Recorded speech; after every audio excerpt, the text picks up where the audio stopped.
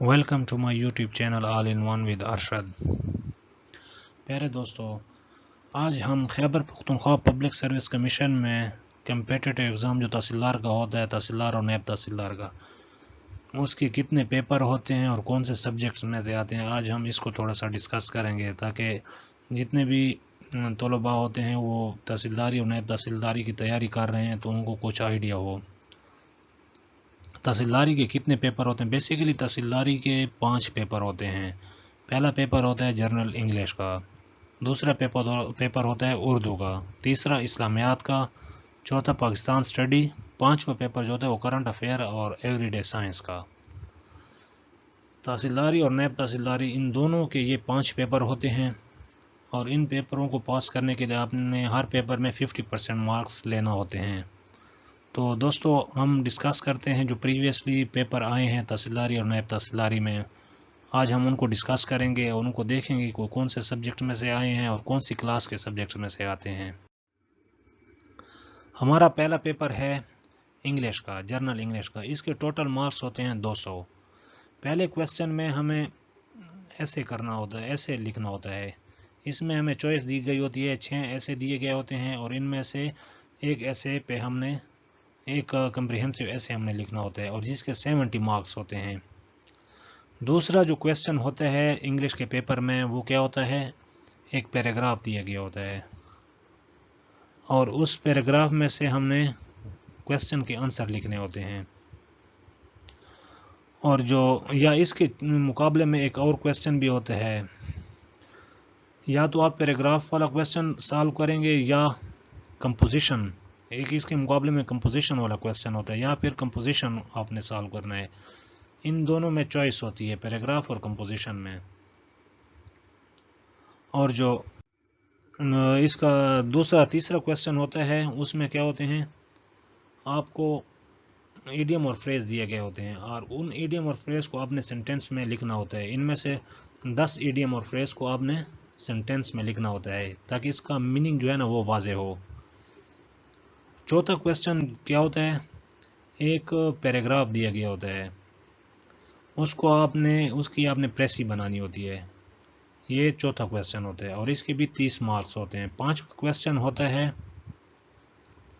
ایک اردو کا پیراگراف دیا گیا ہوتا ہے اور اس کو آپ نے انگلش میں ٹرانسلیٹ کرنا ہوتا ہے۔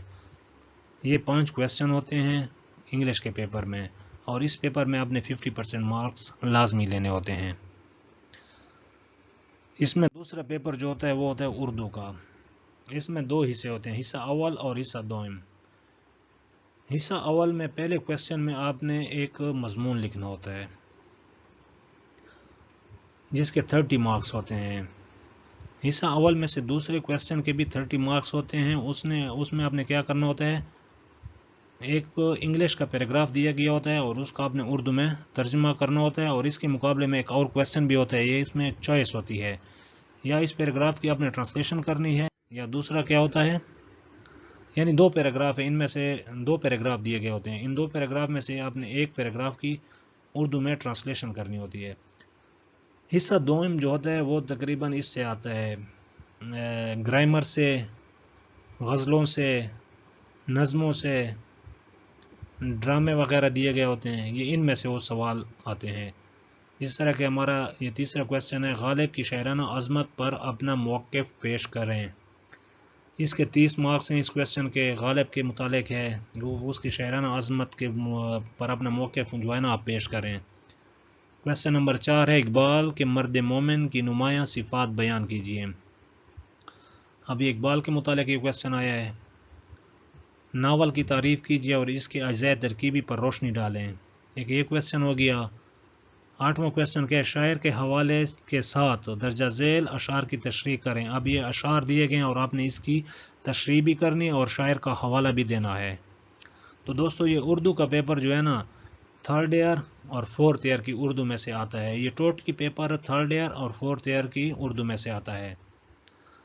آپ 3rd ایئر اور 4th ایئر کی بکس لے لیں، اور اس میں سے اردو کے جو نظمیں، غزلیں، گرامر کا حصہ، ڈرامے، ناول، یہ چیزیں آپ اسٹڈی کر لیں، آپ کا اردو کا پیپر اچھا ہوگا۔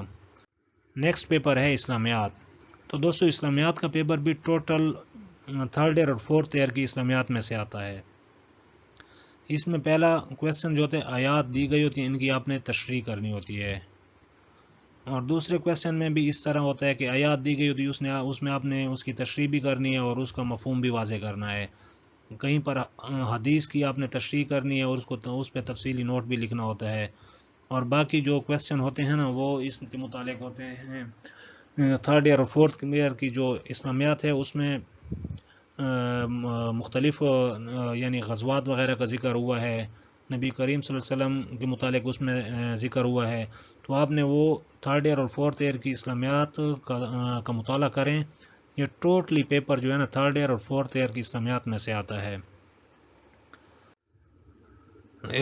خیبر پختونخوا میں جو تحصیلدار اور نیب تحصیلدار کا جو چوتھا پیپر ہوتا ہے وہ کون سا ہوتا ہے؟ General knowledge and every day science.